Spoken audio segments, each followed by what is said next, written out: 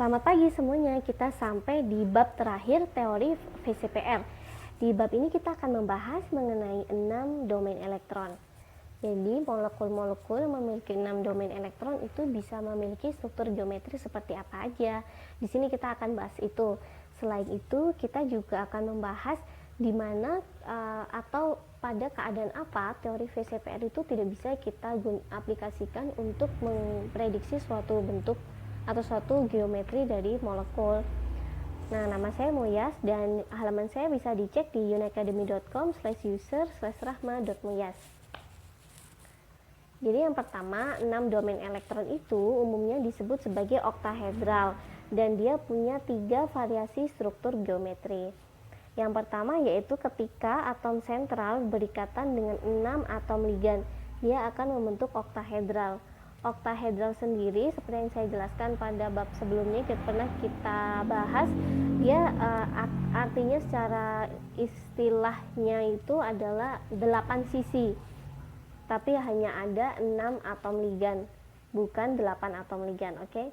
Dan yang kedua adalah ketika atom sentral berikatan dengan 5 atom ligan dan memiliki satu pasangan elektron bebas, dia akan membentuk suatu piramida persegi atau piramida kotak ya. Yang ketiga, ketika atom sentral berikatan dengan 4 atom ligan dan memiliki 2 pasangan elektron bebas, dia akan berbentuk persegi planar. Jadi pasangan elektron bebasnya akan berada di posisi aksis. Oke, langsung saja kalau gitu.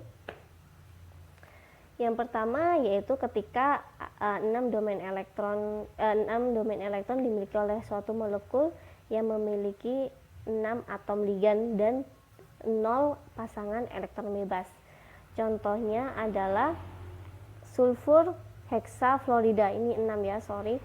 Nah, di sulfur heksafluorida ini, si sulfur ini berikatan dengan 6 atom F. Nah, sekali lagi warna merah ini hanya untuk membedakan saja biar nggak bingung, tapi tidak ada maksud lain.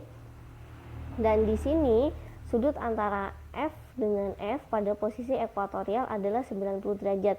Sama juga dengan sudut antara FSF di aksis dan ekuatorial adalah 90 derajat. Dan sehingga dia berbentuk oktahedral. Oktahedral itu sebenarnya adalah piramida yang persegi itu tapi 2 kali atas bawah. Jadi ada 8 sisi di bentuk ini. Yang kedua ada ketika atom sentral berikatan dengan 5 atom ligan dan memiliki satu pasangan elektron bebas. Contohnya adalah BrF5.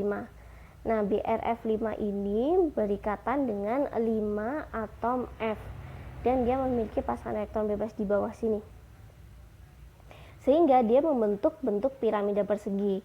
Jadi pasangan elektron bebasnya berada di aksis, di posisi aksis.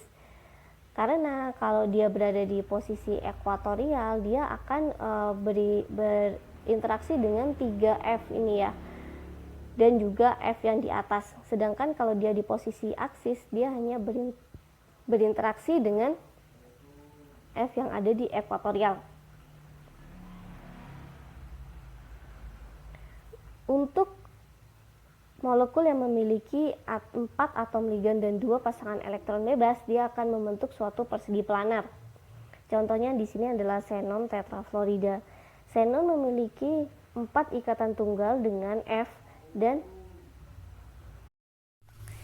Nah, untuk meminimalisasi gaya tolak antara PeB dengan PeB dan juga untuk meminimalisasi gaya tolak antara PeB dengan PeT, sehingga dia otomatis si PeB ini berada di posisi aksis. Nah, sudut antara F, X, E, dan F di posisi ekuatorial ini 90 derajat karena dia tidak terganggu oleh keberadaan PeB yang ada di sudut aksis. Nah, disinilah kita akan menjelaskan bagaimana teori VCPR itu diaplikasikan. Jadi hampir di semua molekul itu bisa menggunakan teori VCPR untuk memprediksi bentuknya. Tapi ada beberapa pengecualian. Yang pertama adalah molekul dengan ikatan yang bersifat sangat ionik. Contohnya adalah LiO2. Dengan prediksi FeCPR, dia bentuknya V seperti air. Nah, tapi karena muatan positif atom Li itu besar, dia memaksa mereka untuk menghindar sejauh mungkin dari satu sama lain. Sehingga yang didapatkan adalah bentuk linear. Karena kekuatan positif dari atom Li. Kemudian yang kedua adalah kompleks logam transisi. Kalau untuk menjelaskan bentuk dari kompleks logam transisi itu baiknya menggunakan teori medan ligan atau teori orbital molekul. Kalau menggunakan teori VCPR itu terlalu sederhana dan kurang pas untuk kompleks logam transisi. Yang ketiga adalah ketika senyawa memiliki atau molekul itu dia memiliki pasangan elektron bebas yang terkubur. Contohnya adalah logam di bawah blok P seperti talium, timbal, dan bismut. Logam-logam ini dia memiliki efek pasangan inert. Jadi dia kurang cocok jika menggunakan VCPR sebagai untuk memprediksi bentuk molekulnya dia. Yang keempat adalah senyawa yang harus datar untuk memaksimalkan ikatan pi antar atom karbon. Senyawa seperti ion CCN3 dia itu harus datar untuk memaksimalkan ikatan pi antar karbon atom. Nah, ini adalah berlawanan dengan teori VCPR, di mana kalau dengan teori VCPR kita akan memprediksi geometri trigonal piramidal. Tapi nanti nyatanya dia tidak seperti itu. Jadi sebenarnya untuk hampir semua molekul yang biasa kita jumpai di soal-soal level SMA dan SBMPTN itu adalah molekul-molekul yang bisa ditebak bentuk geometrinya itu dengan teori VCPR. Nah, karena itu di sini saya hanya membahas yang itu saja. Untuk pengecualian-pengecualian ini saya hanya membahas secara sekilas saja. Untuk selanjutnya mungkin sampai di sini saja bab teori VCPR kita. Terima kasih telah mendengarkan dan mengklik like untuk bab ini. Untuk materi selanjutnya saya akan menjelaskan mengenai reaksi redox.